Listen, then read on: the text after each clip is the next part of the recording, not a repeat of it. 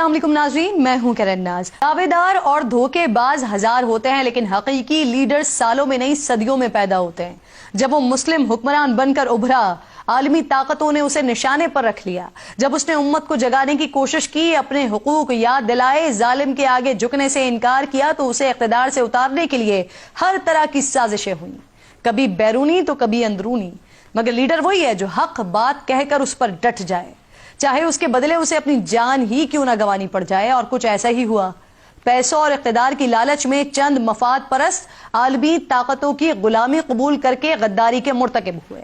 ایک نڈر اور بہادر لیڈر کو موت کی نیند سلانے کا پلان بنایا گیا۔ اس بہادر لیڈر کا قصور صرف اتنا تھا کہ وہ اپنی ریاست کو آزاد رکھنا چاہتا تھا۔ وہ کسی سے ڈکٹیشن لینے کو تیار نہیں تھا۔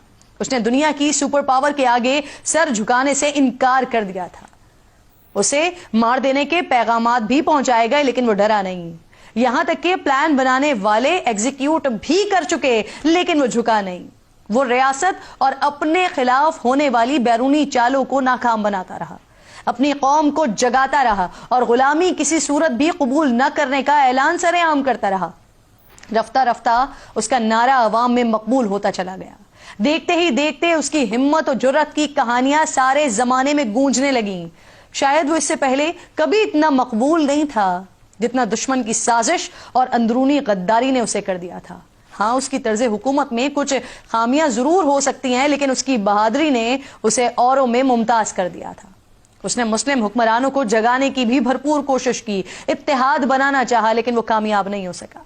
بدقسمتی سے بیرونی دشمنوں کے سامنے ڈٹ کر کھڑا ہونے والا اپنے قریبی ساتھیوں کے ہاتھوں دھوکا کھا گیا۔